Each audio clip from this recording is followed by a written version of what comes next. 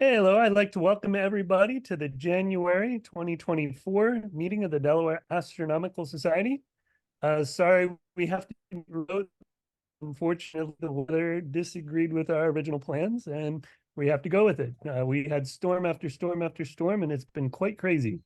But I will say before that, we had a number of really nice, clear nights and weeks there, and we had a good time observing on our Tuesday night workshops. So just as a reminder, we always have Tuesday night astronomy workshops when there aren't monthly meetings, and you guys can come out and work on various projects. We should have some telescopes that we're working on in the very near future, and we will also have assistance provided to people who come asking questions, and if anyone has any help that they need on any various scopes or projects that they're working on, please come out on a Tuesday and we'll give you some help. Some other announcements. Mary, do you want to say anything about the book club? Yes, I do. Good evening, everyone.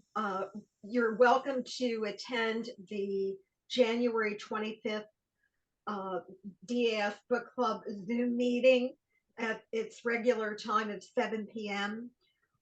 We will be discussing a book that was written, a biography written in 1887, Ormsby McKnight Mitchell, astronomer and general, a biographical narrative written by his son Frederick.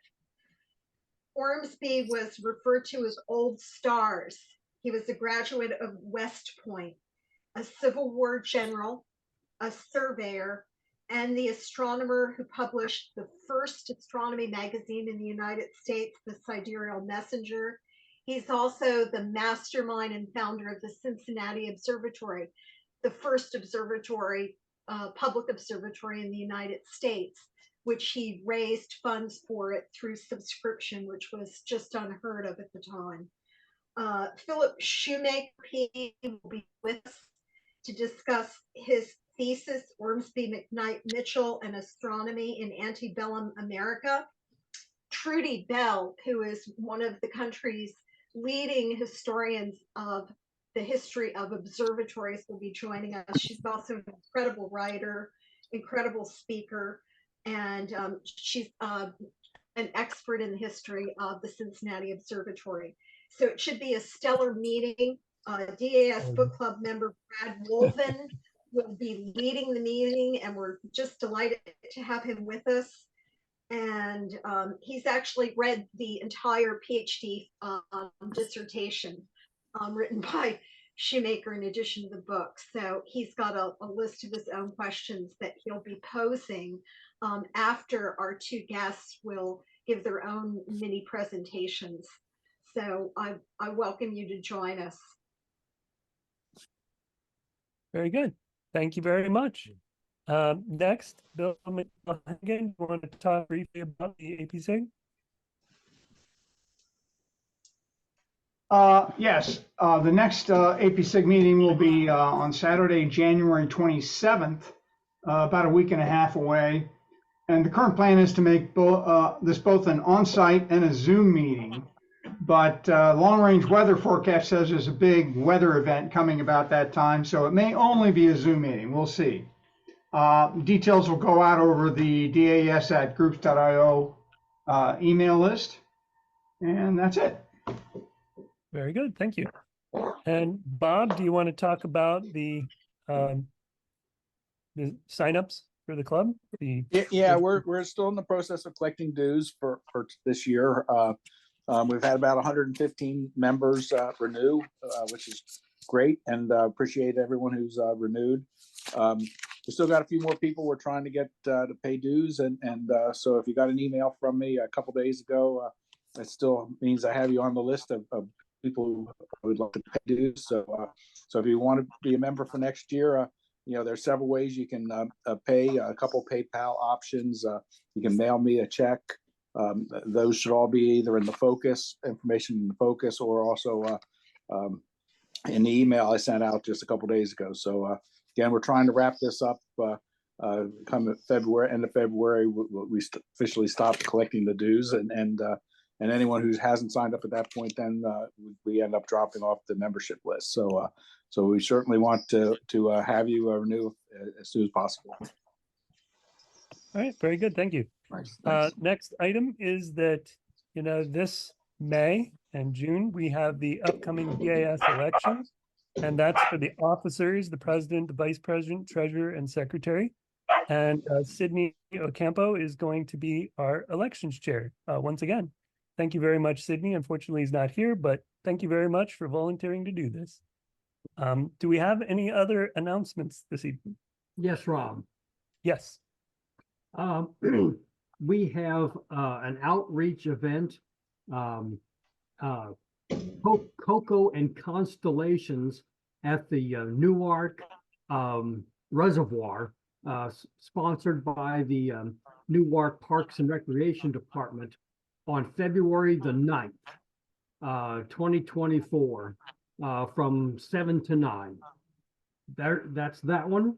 And then we have an outreach event at the Newark Free Library on March the 6th, 2024. And that goes from 8 to 9:30. And it's going to be a twofold event. Sheila Vincent is going to be our constellation storyteller there. That's the first part of the program, and Greg and I are going to see whether the shopping center across the street from the Newark Free Library is going to allow us any sort of viewing of the stars or whatever. We don't know how that's going to work yet, but we'll try to have a star party afterwards. So anyway, those are the two events. February 9th, 2024, Cocoa and Constellations at the Newark Reservoir, and March 6th, 2024 at the Newark Free Library. Good. Hey, Jim. Any other announcements? Jim? I don't think Hey, Jim? so. Yes. Oh, if it would help, if you need help with anything with that stuff, the mayor of the city of Newark is a personal friend. So if you're running into roadblocks, let me know. We might be able to help out. Oh, thank you.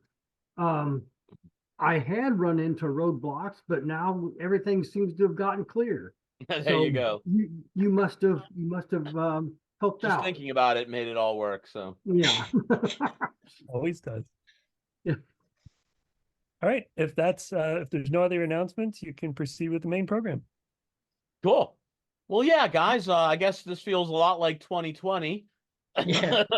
Well, But, too much like. yeah, here we are again.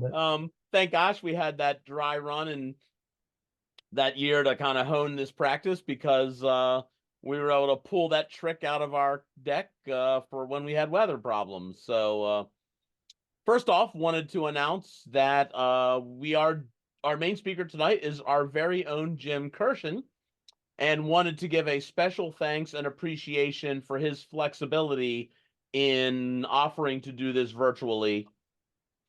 The weather obviously has been not wonderful for the past week, and Mount Cuba and the surrounding areas are particularly vulnerable. So we just fought for an abundance of caution and the fact that we had the Zoom tool at our disposal. It was best to err on the side of caution to do this virtually. But yeah, tonight we are joined by our very own Jim Kerschen, who's going to be sharing with us tonight a talk on the James Webb Space Telescope data from the perspective of a chemist. Okay, guys. This evening, I'm going to be talking about the James Webb Telescope data from a chemist's perspective. And I'll go through some gravitational lensing, some obligatory gravitational lensing shown by the James Webb Space Telescope. But the basic part of the talk is going to be the exoplanet atmosphere analysis by infrared detection. And the good parts about it and the not so good parts of it. And we just have, there's just one example of an exoplanet temperature determination via the use of infrared, and that's one of the TRAPPIST-1 planets. But anyway, that's we're going to just brush through that fairly quickly. Now, I'm not going to go through all of the potential problems that the Webb telescope could have had from Earth to L2 because there are probably 1,000 points where the spacecraft, the telescope could have failed, and it would just be a piece of interesting space junk now orbiting L2, but everything worked just wonderfully. As you know, the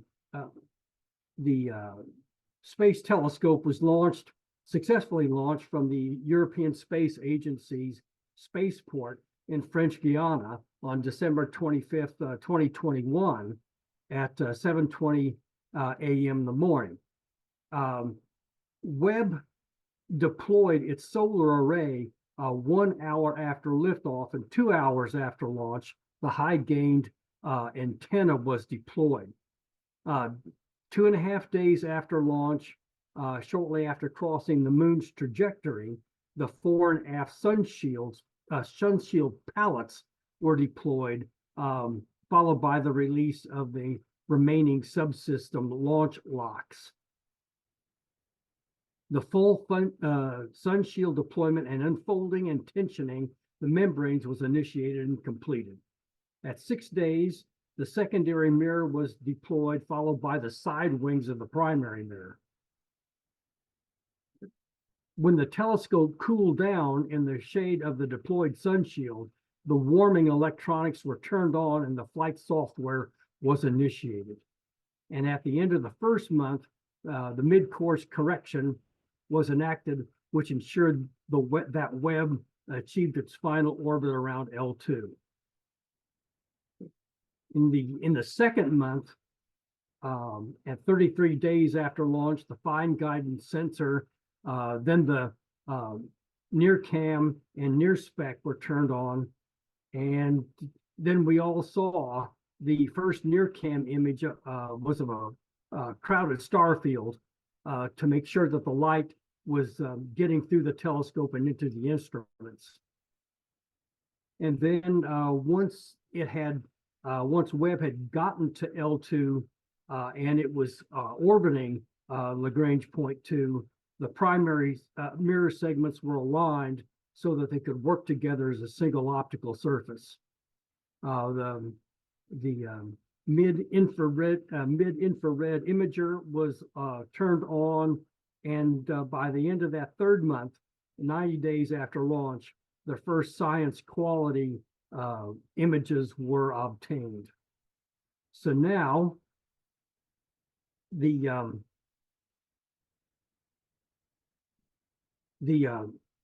position behind the primary mirror, the Webb's 4 science instruments receive the light collected by the telescope and use a variety of tools, cameras, spectrographs, and coronagraphs, which are designed to get the most information out of the observations that they can.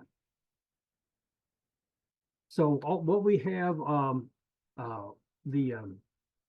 we have the near-infrared spectrometer, the fine guidance sensor, the near-infrared slitless spectrograph, the near-infrared camera, and the mid-infrared imager, which are basically mixtures of cameras and spectrographs and coronagraphs that will get all the data necessary from star clusters and planets and whatever to expand the knowledge of astronomers. Now, what these things do, the mid-infrared instrument imager provides imaging and spectroscopy capabilities in the mid-infrared range. Now, 4.9 microns to 28.8 microns. That's at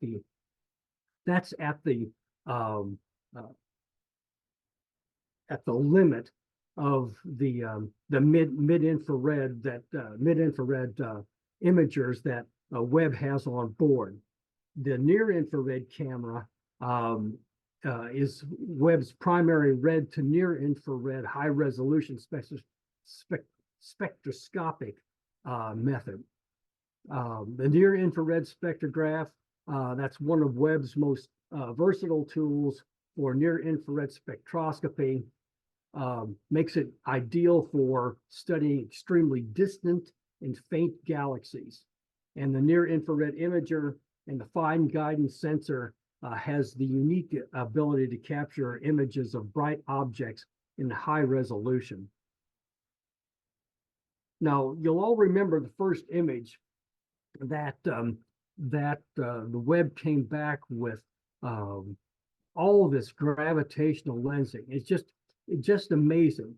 We had never seen this from the Hubble. I mean, you could look at a Hubble a picture of the same star field, and you wouldn't see nearly the amount of gravitational lensing. Number one, because the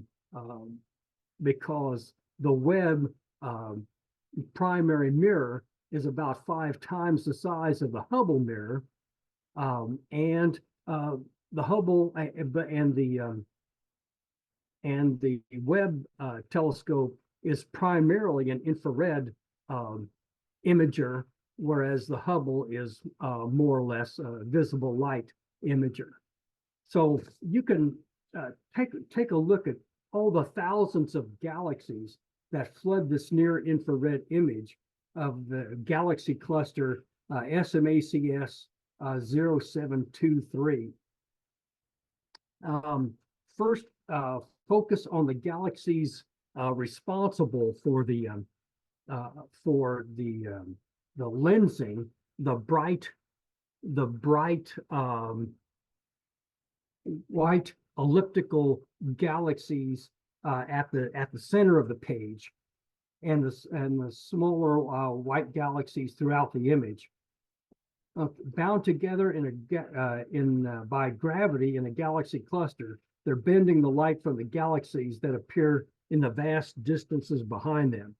Now you can take a look at the gravitational lensing around this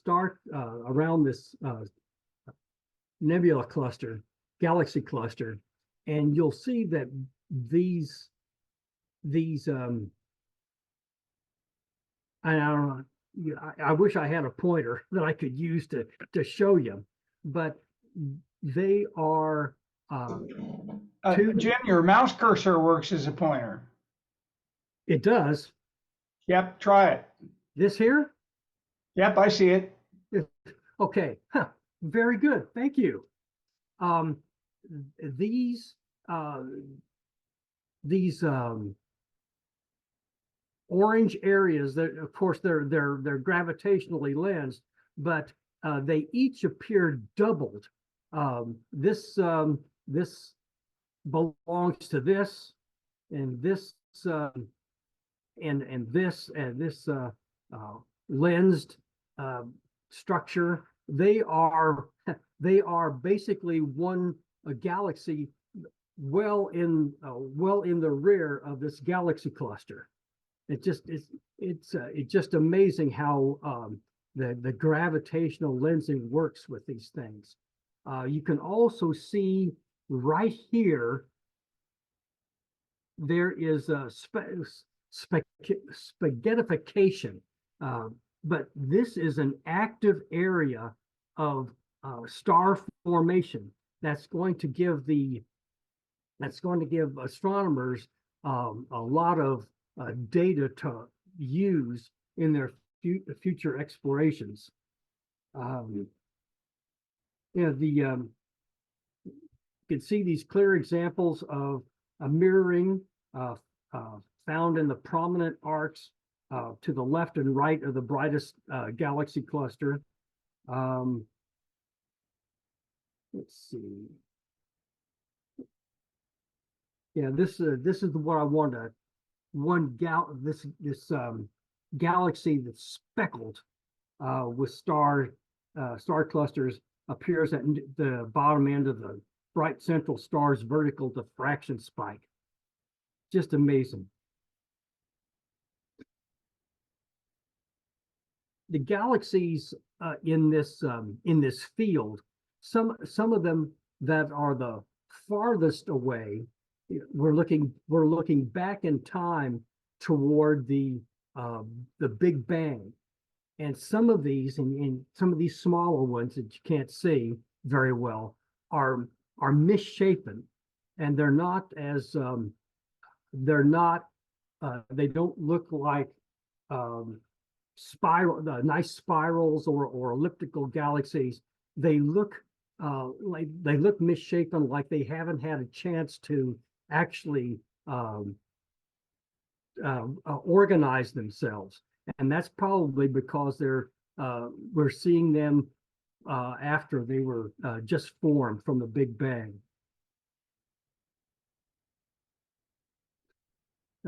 Gravitational lensing occurs when a massive celestial body, such as the galaxy cluster, causes the curvature of space-time for the path of light around it to be visibly bent as if by a lens.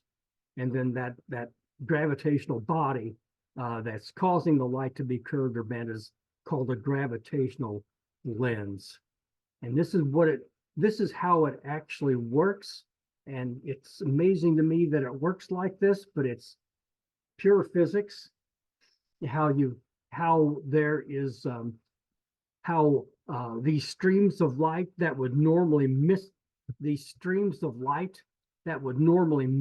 Earth are being refocused and relensed so that an observer on Earth can see the light that's actually behind the galaxy cluster. And because of the lensing, these objects always look brighter than they normally would without the lensing. And sometimes some of the light is able to snake through the galaxy cluster unimpeded, so that it gets to Earth as a single point. Now you can see that in this slide, because researchers identified a previously unknown lensed galaxy for the first time in the new near-infrared data from the JWST. Now, if you examine this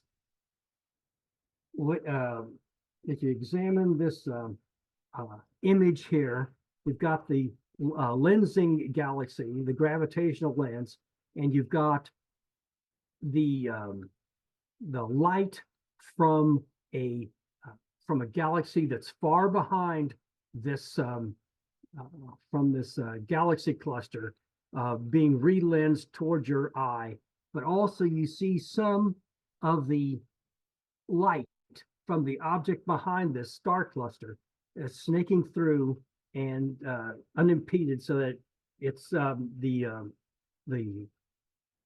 the image is also seen as a single point. Now, this is an article from a recent edition of Chemical and Engineering News, a trade magazine published by the American Chemical Society. In this article, researchers from Texas A&M and several supporting institutions describe how the polycyclic aromatic hydrocarbons seen in the Webb telescope were identified. Now, the theory is that when stars first form, they blast out huge amounts of ultraviolet radiation, and the UV light, UV radiation is absorbed by the polycyclic aromatic hydrocarbons, and it photoactivates them, and then the polycyclic aromatic hydrocarbons re-emit that energy as infrared energy, which can be seen by the Webb telescope. Now, the light which is emitted by the polycyclic aromatic hydrocarbons comes with a recognizable fingerprint. And we'll see what that means in a few slides.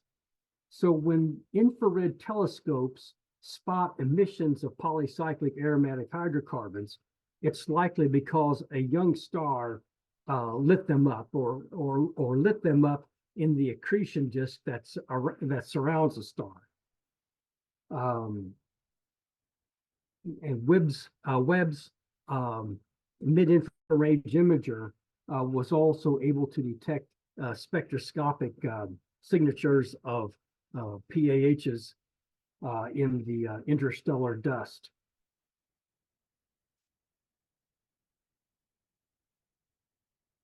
Now, here are some examples of polycyclic aromatic hydrocarbons. These things are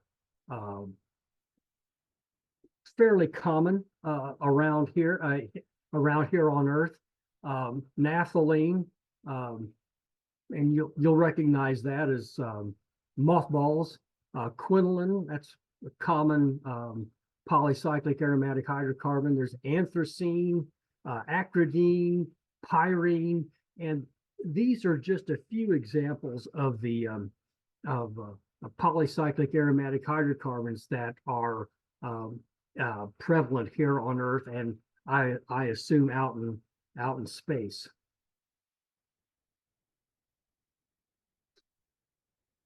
Okay, here we've got the electromagnetic spectrum that we're looking at in the Webb telescope. Now, the Webb telescope, as you can see, the infrared range goes from about 0.6 microns, about maybe right here, kind of right here, to 28.8 microns, which is kind of, around in this area, 28.8 microns. There we go, right here in this range. So it goes, so from there to about there, that's quite a bit of the infrared spectra that the Webb telescope can survey.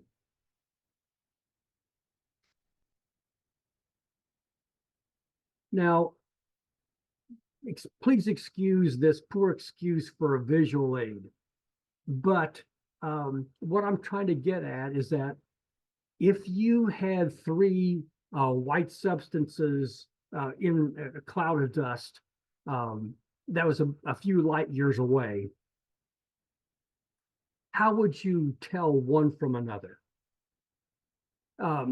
Each one of these substances has a very unique infrared spectra. I mean, if they're a few light years away, you can't taste them, you can't touch them, you can't smell them. How would you tell sodium chloride from powdered sugar from vanillin? And you'd have to use infrared detection if you had the opportunity, because nothing else is available to you. So before we talk about how we get an infrared spectra of one of those substances from out in space, let's talk about how you get infrared spectra from substances here on Earth. Now, when I was going through undergrad back in the 70s, the infrared was in its heyday. This was the tool that all the organic chemists and all the inorganic chemists used to get usable spectral data from the compounds that they made. This was actually before the advent of NMR, a nuclear magnetic resonance. It was really before the influence of mass spectrometry, and you know, it was a great tool to have, because the old Germans, who were the best organic chemists in the world from 1830 to 1940, all they had were things like combustion analysis and mixed melting point and maybe a chiral analysis, and that's all they had. This was a great leap forward as far as spectral data that one could get for their molecules. Now here, right here, this is a Beckman DU. It was the workhorse of every organic chemist, every analytical chemist in universities in the mid-70s. And here we've got a sample holder right there that holds the solid, liquid, or gaseous substance that you want to take an infrared spectra of. And here are the guts of the whole operation. You have an infrared light source, and you have a splitter right here that takes part of the light beam up through the sample cell and over here to the other side, whereas you've got the other half going through a reference cell, and it's taken over here, and these things are recombined over here in the splitter. The reference cell data is subtracted from the sample cell data, and it goes to a detector, and then it goes to a chart recorder, and that is where you capture your infrared spectra.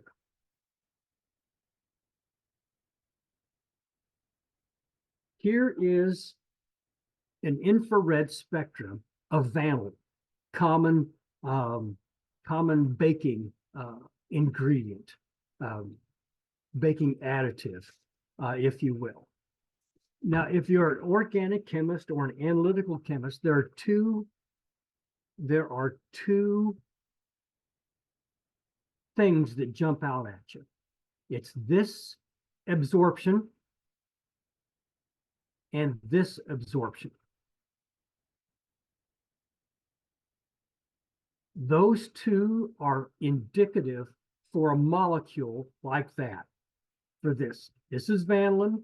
This is a ketone, this C double bond O, and this OH is called a hydroxyl.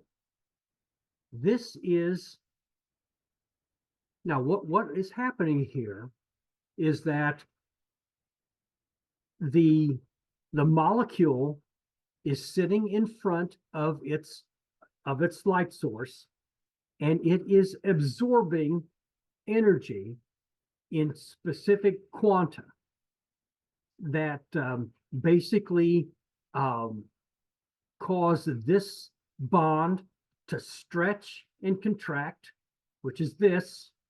That's called a carbonyl stretch, and it's causing this OH bond to stretch and contract. This is when it absorbs light in that particular frequency, and this is when it absorbs light in this frequency, and it causes this bond to expand and contract. Now, what is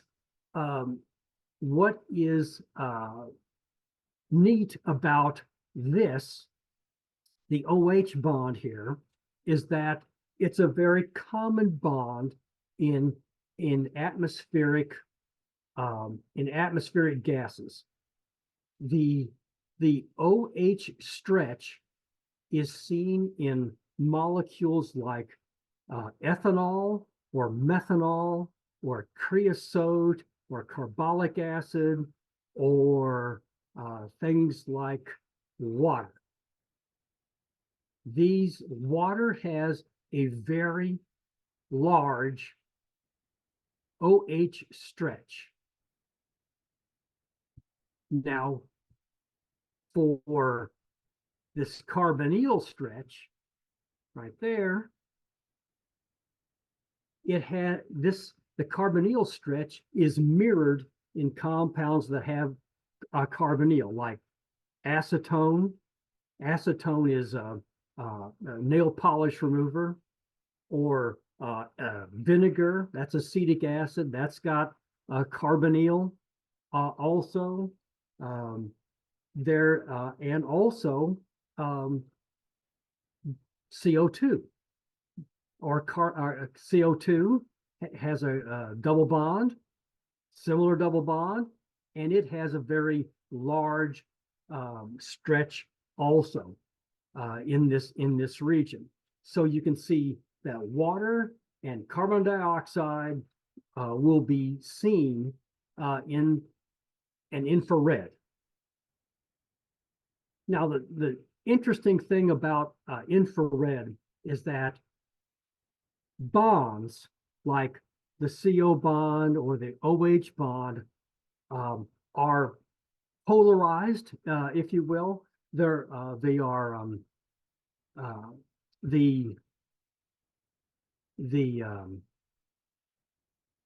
bonds are not necessarily the electrons of the bond are not necessarily evenly shared. The oxygen here will take a lot of the electrons from the OH bond, and it'll hold them and expose this hydrogen to have a positive charge on it.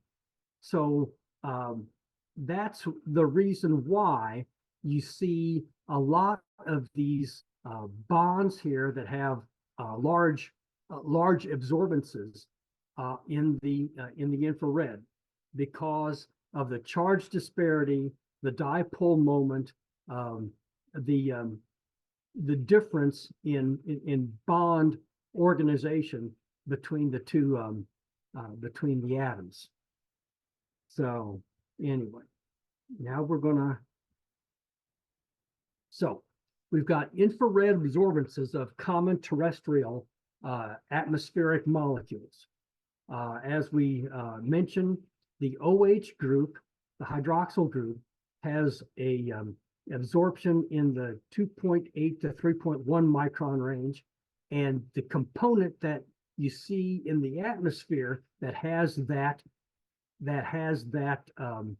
absorption is water.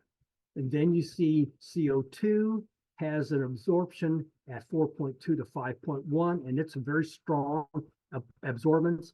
Sulfuric acid, sulfur dioxide, sulfur trioxide, those are also highly polarized bonds.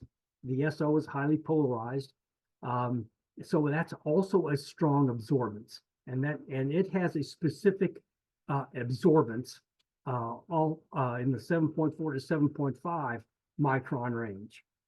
And we'll talk about ozone and oxygen in a little bit, but suffice it to say, it's a little more complicated than just that. I'll get to it in a minute.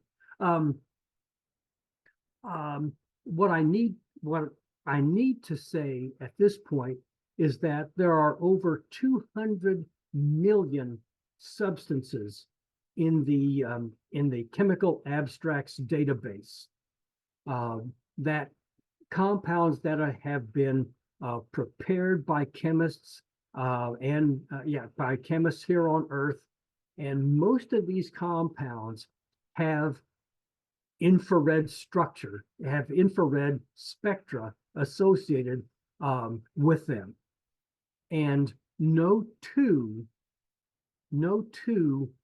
substances have the same. No two substances have the same infrared spectra. They're for close analogs, they may appear to be fairly close, but they're actually very strong fingerprints between two molecules that are similar. Their fingerprints will be close but not exact. It's very interesting how this happens, but it's you hear of two people that have different fingerprints. Well, even twins may have different fingerprints. This goes along with that same sort of thing. Now, this is an Earth-like exoplanets transmission spectrum, and this is a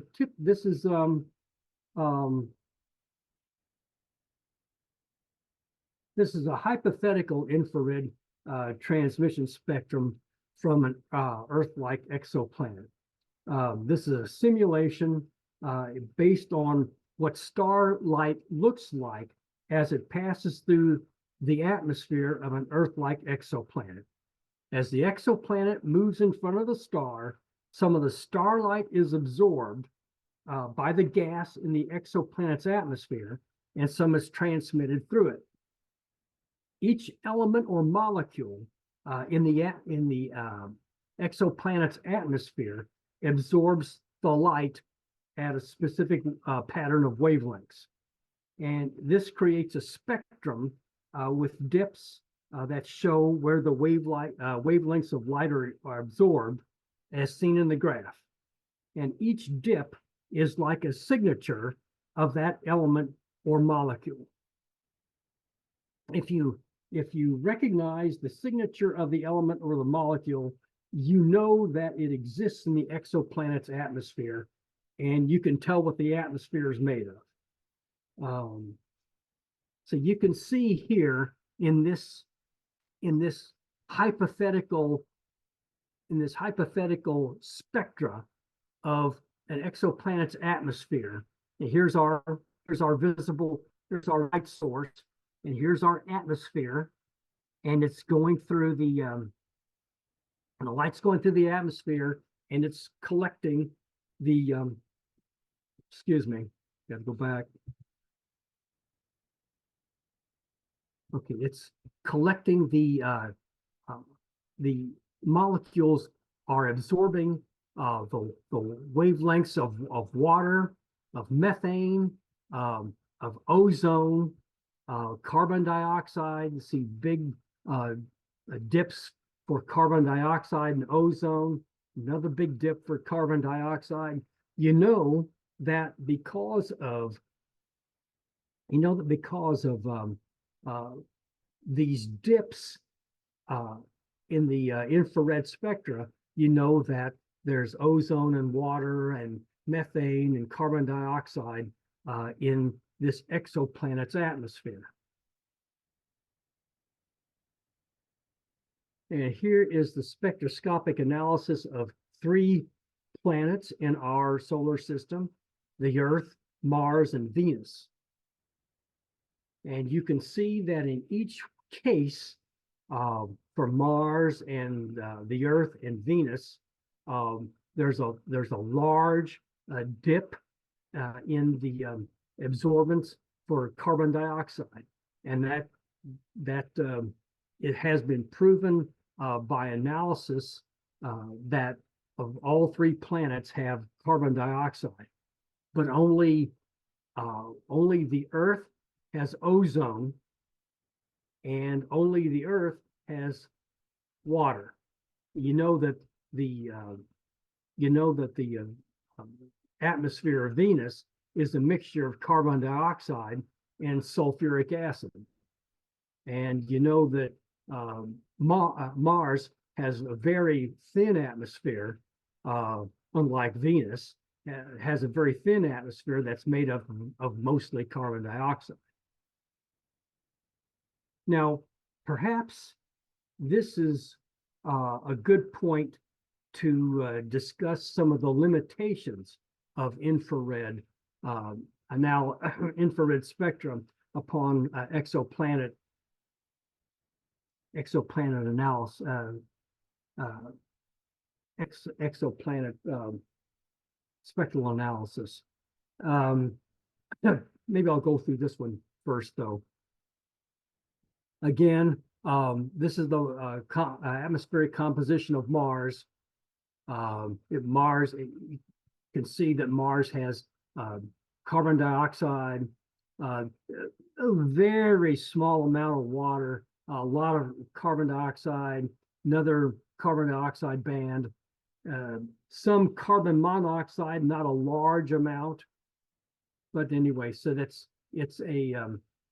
is the best fit model of a spectrum of from the James Webb Space Telescope of the carbon of the atmosphere of Mars. Okay, here are some of the limitations of infrared spectroscopy and exoplanet atmospheric analysis. As I said before, polarized bonds have better infrared spectral qualities. Polarized bonds absorb infrared spectra much better than non-polarized bonds. So water has a very good absorption strength, and it's in the wavelength of 2.8 to 3.1 microns. Carbon dioxide, again, has got that large polarization between the oxygen and the carbon, and sulfur dioxide has that large polarization between the sulfur and the oxygen. So those three gases, sulfur dioxide is seen during volcanic eruptions. These are very good indicators that these gases are actually in there. The fact that the absorption strength is strong. Methane, the CH bond of methane is not very polarized, so that's why the absorption strength is weak. Now, with oxygen or nitrogen, these molecules have no polarization. There's no dipole moment or charge distribution within these bonds. They're just neutral, and they're very nondescript as far as the bonding goes.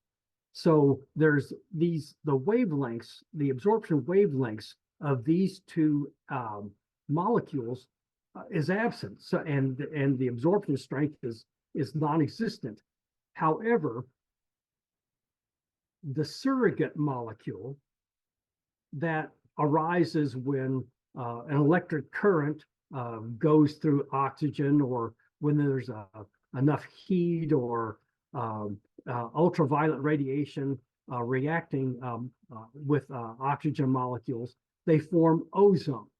Now, ozone is charged, and it does have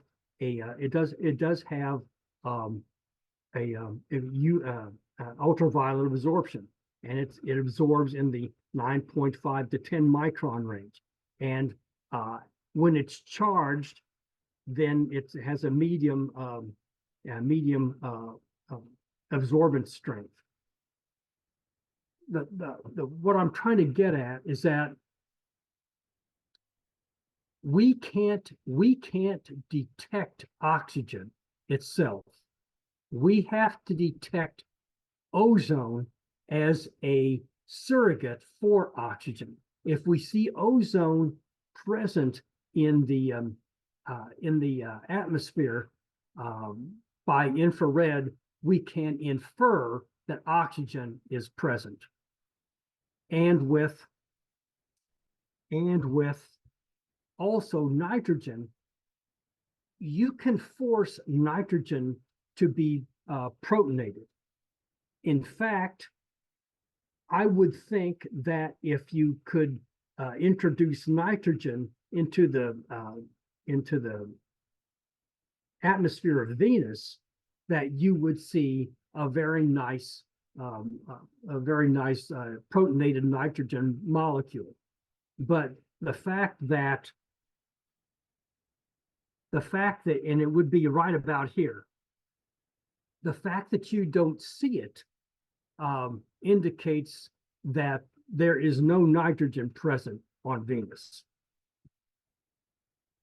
So these are this is the nitrogen is a real problem because unless you have a very acidic atmosphere, you'll never see it.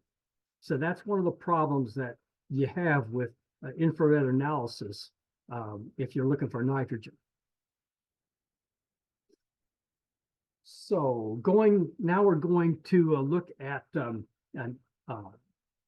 exoplanet WASP 39b. WASP 39 is a class G8V star, slightly smaller and slightly cooler than our star. That's about 750 light years away.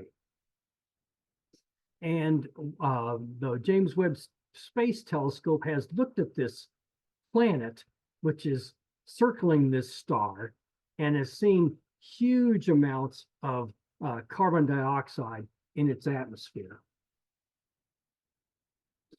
Let's see.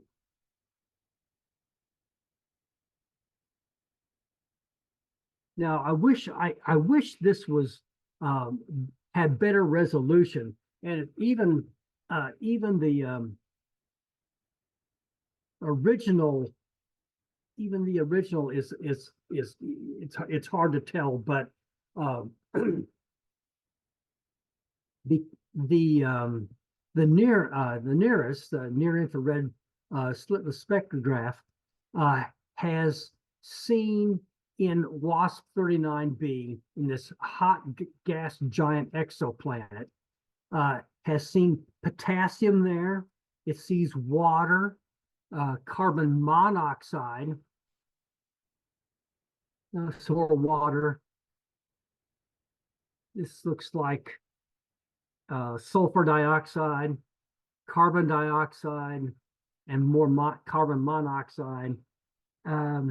Anyway, so these are all molecules that the Webb telescope has seen, has detected by infrared in the atmosphere of this WASP 39b gas giant. Now this planet is, if I remember correctly, it's about 4.5. It's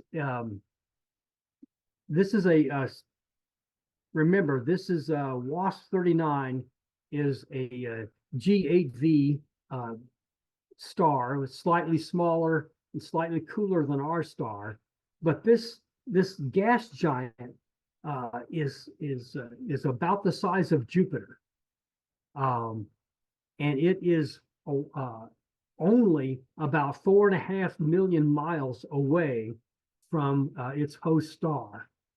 It's It's a 1.3 times the size of Jupiter, but it only weighs 0.28, only about 30% of Jupiter. It's kind of like the weight of Saturn. But it's more than likely tidally locked, and it's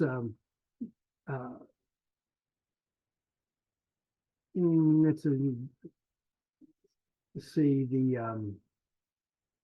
the data collected by Webb's near-infrared spectrograph shows unambiguous evidence for carbon dioxide, while previous observations from NASA's Hubble and Spitzer Space Telescopes and others indicate the presence of water vapor, sodium and potassium, sulfur dioxide, carbon monoxide, and others.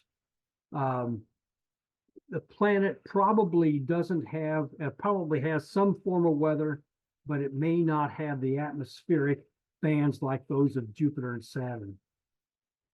This is an artist's conception of how far WASP 39 orbits its host star. It's very close and very hot. Now, the TRAPPIST-1 system is very interesting in that it's so small that the whole system, the TRAPPIST-1 solar system, fits inside the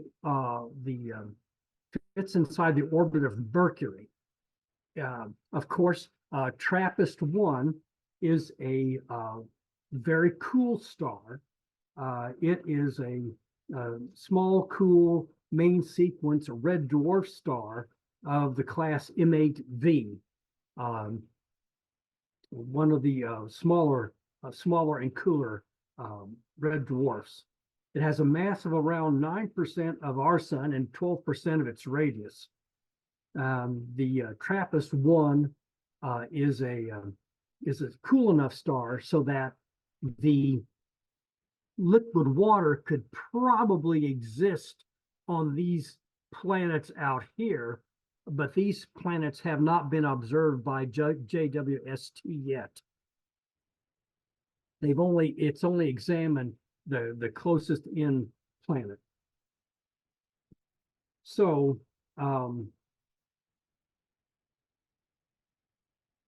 here is basically the measured planetary temperature of TRAPPIST-1b, and they had a couple different models that they looked at here. Here's the Earth at 298 degrees Kelvin, 25 degrees C. Here is what it would look like, TRAPPIST-1 model, if it had an atmosphere to basically recirculate the heat over the entire planet. Although when they measured it, they measured the actual heat of the planet with the infrared. They found out that it's around 450 degrees Fahrenheit, which matches pretty much with a model of a dark surface and no atmosphere and no redistribution of heat with an atmosphere. Now, since TRAPPIST-1 is smaller, much smaller sun than our sun, it only gets about a fraction of the heat that Mercury does in the same position. Mercury gets like 1.6 times the amount of heat energy from our sun than TRAPPIST-1b does, and so that's why it's so much hotter.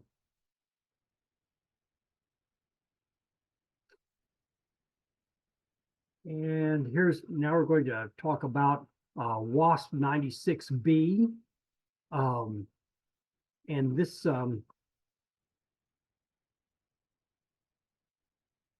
this is a light curve from Webb's near-infrared imager and split the spectrograph shows the change in brightness of light from WASP 96 star system over time as the planet transits the star.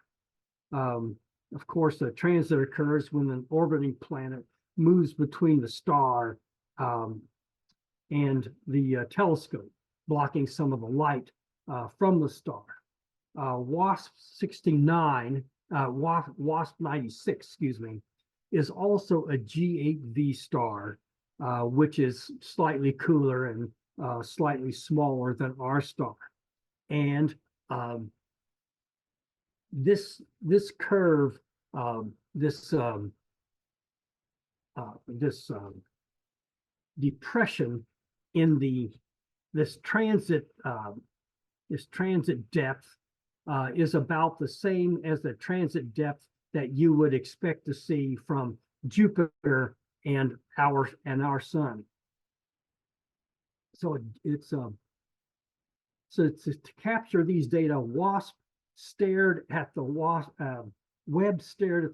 96 star system for about 6 hours and 23 minutes, beginning at 2.5 hours before transit and ending about an hour and a half after transit.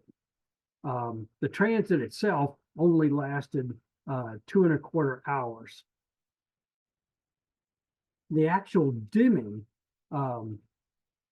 caused by the planet is actually very small, only about 1.5%, maybe not even 1.5%.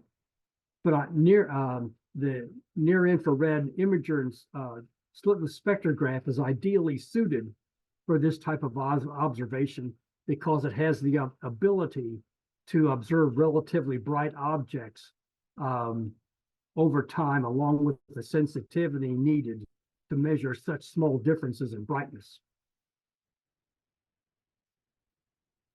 Okay. Now, WASP 96b also orbits its star very closely. It's only about 4,650,000 miles away from its host star. So it is, it's more than likely tidally locked also. It completes an orbit in less than 3.5 days.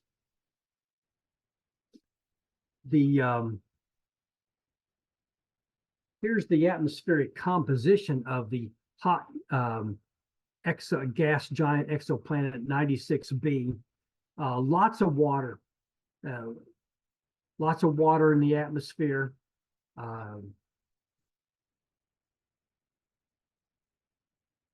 Be like a really hot sauna. Here's another exoplanet that has really come onto the radar of the Webb telescope people recently. This is exoplanet K2-18b. They're very excited about the discovery of this planet. K2-18 is another class M star. It's a red dwarf, but the atmospheric composition of this planet looks more like primordial Earth than anything that they found before. It's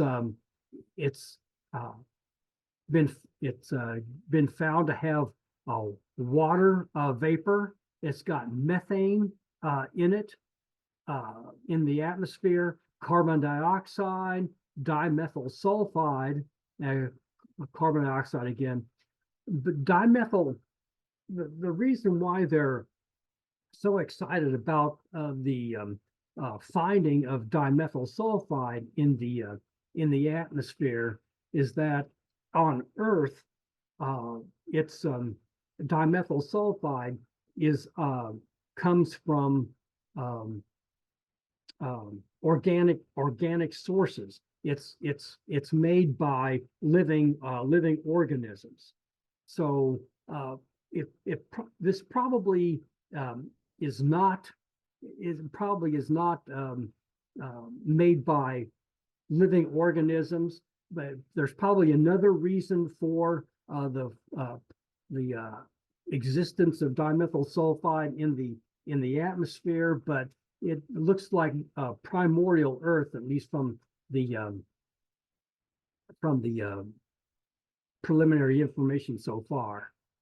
So K12-18 is a red dwarf of the class M3V, and it's 124 light years from us. It has a radius of about half of our sun and a surface temperature of about 3,200 degrees. So it's a fairly hot class 5, class M star. There's another planet inside the orbit of K12-18b that's also probably within the habitable zone. K12-18b is within or just slightly inside the habitable zone, and it orbits its star at 13.3 million miles. Little better than 4.5 million miles. It's K12-18b is 8.6 times as massive as Earth, which makes it a mini Neptune, as they say, and it orbits K12-18 in 33 days. The planet has a mean temperature of minus 10 degrees Fahrenheit to 80 degrees Fahrenheit, so it's not too bad. I mean, it wouldn't be too bad to live on, but the dimethyl sulfide component is considered a potential biomarker, since on Earth, dimethyl sulfide is emitted from phytoplankton in marine environments. Okay, a little closer to home, we've got Enceladus, and you've all seen these plumes that have come out of Enceladus from the subsurface ocean. Enceladus is one of Saturn's 146 moons, at least from June 2023. That was the latest count. It's the sixth largest moon of Saturn, and it's 1/7 the size of our moon. It's about 370 miles across, about 1/3 of the size of one of our time zones, at the equator, or about the size of Texas. Pretty small. The Cassini-Huygens Saturn probe discovered aqueous plumes arising from Enceladus, which contain nanograins of silica. Now, the nanograins of silica can only be generated where liquid water and rock interact at temperatures above 200 degrees Fahrenheit. And ionic and neutral mass spec analysis of the aqueous plumes also revealed the presence of sodium phosphate and carbon dioxide, methane, and ammonia and hydrogen in the plumes. And recently, JWST detected hydrogen cyanide, ethylene, acetylene, ethane, carbon monoxide, and propylene in that by infrared. So there is some complex oxidation and reduction chemistry going on in the subsurface ocean of Enceladus. So that's really exciting for astrochemists, because there's kind of indicates that there's something very interesting going on in that subsurface ocean. And lastly, we have Europa, and Europa is one of Jupiter's 95 moons. It's 9% smaller than our moon. In 2019, Galileo found water, magnesium sulfate, and sodium chloride on Europa via infrared spectroscopy. Now, these areas here, the yellow areas, those were areas of high concentrations of sodium chloride. Kind of means that there is maybe some subsurface induction of the salty ocean underneath the ice, somehow getting the sodium chloride up on the surface. And in 2023, just this past year, James Webb Space Telescope's near-infrared spectrometer found CO2 on the surface of Europa near some of these cracks. So there's interesting stuff going on Europa too. So see, this is where all the data that I presented came from. Web images, web images of Science 2023, and that's the website. There's a Chemical and Engineering News, Beckman Instruments, Nature Astronomy, Science Advances, and Science. So what we talked about was a small discussion of gravitational lensing, the Webb Space Telescope instrumentation, discussion of infrared analysis, and discussion of the exoplanet atmospheric analysis by infrared. So that's basically the end of my talk. And if you got any questions, my brain is not too discombobulated at this point that I could probably answer a few. So thank you very much.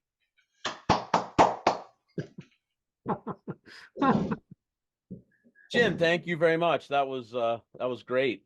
Very Yeah, I would encourage again anyone from the audience to go ahead and unmute yourself. And any questions or comments for Jim? I have a couple of questions for you, Jim. Okay. First of all, the slitless IR spectrometer, when they aim that at a star, they're seeing of course, the entire spectrum of the star, right? Right. The entire star is putting light into the instrument. Mm-hmm. And then when the planet transits, they're getting a slightly different spectrum because of the absorption by the planet's atmosphere. And so the difference between the two is giving them the planet's spectrum. Right. So but for them to say then that looking at the cracks on Enceladus, that they see, well, I forget what it was next to the cracks, sulfur dioxide, but anyway, some particular gas. So there's a slit-based or an infrared system that has actual spatial resolution that can say here and not there for that purpose. But they don't use that on the stars. Is that right? The slit-based system, is it unable to pick up enough light even with the giant mirror? Yeah, Bill, I don't understand. All I know about this, about the slit-based system, all I was able to pick up from the information that I was reading, that they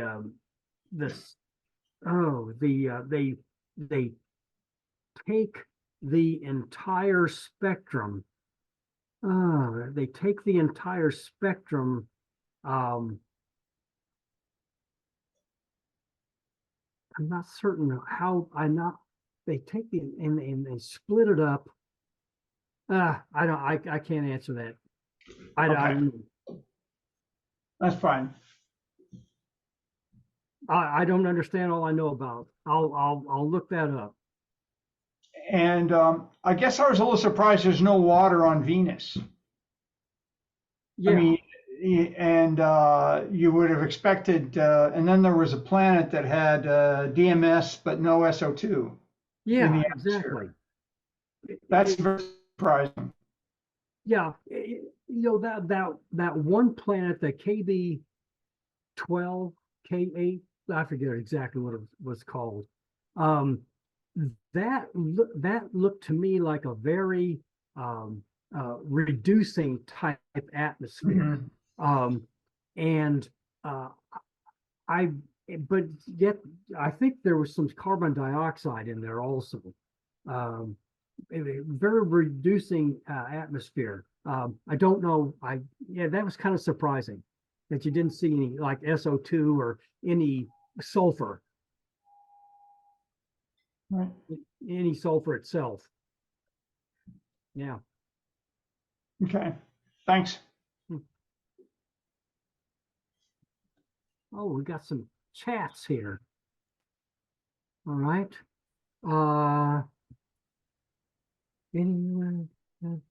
Thanks. Jim, Yes.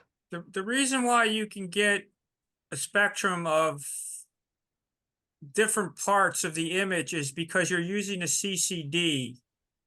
And what happens is you get a spectrum of, like, if the top of the image on one row of the CCD, you get a spectrum of the next part of the image on the next row of the CCD. So you get multiple spectrums on the sensor. Like, when you were using that Beckman IR back then, the sensor was just taking the spectrum of the whole sample.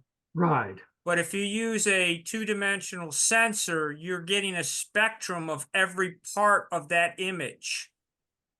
And that's how they can do some of these separate and get without a slit, or even with the slit, you can get, spectrum of all parts of the image at one time. Is that like 2D or 3D? You got if you got a sensor, okay, it's got 2D on it, right? Yeah, yeah. So like I said, again, I'm looking at a picture of you. If I take if you put it through one of these spectrographs, I'd get a spectrum of the top of your image, the next row down, the next row down, the top of your head, a little bit lower, the spectrum of your going through your eyes, so you get yeah. a bunch of different spectrums. You're not just getting, like on the old days, again, you would take, a picture of what's on the screen of you right now, I'm looking at, I would get the total IR spectrum of that, not the individual pieces of it. Yeah, okay. That's how they get around some of this kind of stuff now. Okay, I get you.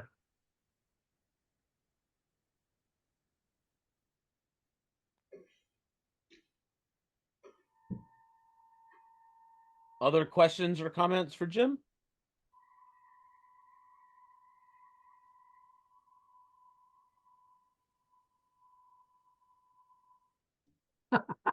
All right. Well, if not, Jim, again, just want to thank you a lot, A, for giving a great talk, but B, for the flexibility to doing it over Zoom. Can we give another round of applause for Jim? Yes. Thank you. Thank you, Jim. Yep.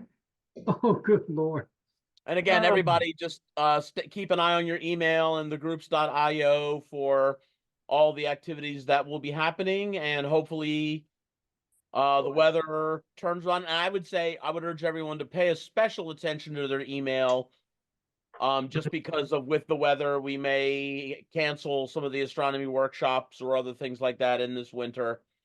But otherwise, hopefully the weather in February will be a little more forgiving and we can get back to being in person again. So again, one final thanks to Jim, and thanks to everybody for joining us here. Again, I know we all probably got a little zoomed out during the pandemic, but it was nice that I was able to fill in for us here tonight. So thank you all for participating, and we'll see you around. Happy New Year, everybody. Happy New Year. Happy New Year. Good And happy night. snow. Yeah.